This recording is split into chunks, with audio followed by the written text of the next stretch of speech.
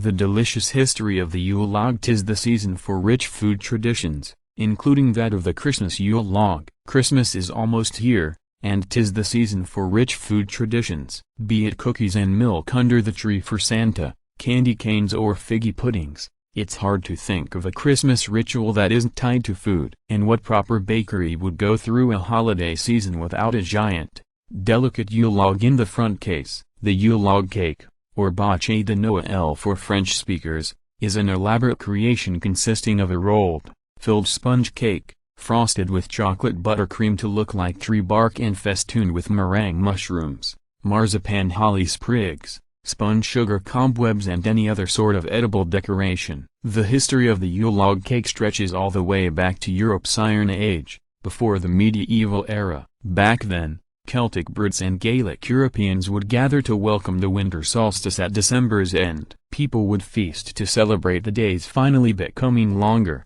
signaling the end of the winter season. To cleanse the air of the previous year's events and to usher in the spring, families would burn logs decorated with holly, pine cones or ivy. Wine and salt were also often used to anoint the logs. Once burned, the log's ashes were valuable treasures said to have medicinal benefits and to guard against evil. Some groups claimed the ashes would protect the bearer from lightning, an important quality at a time when houses, and most of the contents in them, were made of wood. With the advent of Christianity, the Yule log tradition continued, albeit on a smaller scale. Families may have burned a log on Christmas Eve, but smaller hearths became the norm, so huge logs were impractical. Those small hearths, however, were perfect for baking cakes. We don't know who exactly made the first Yule log cake, but judging from the individual ingredients it could have been as early as the 1600s. Marzipan and meringue decorations, two of the most popular choices for Yule logs,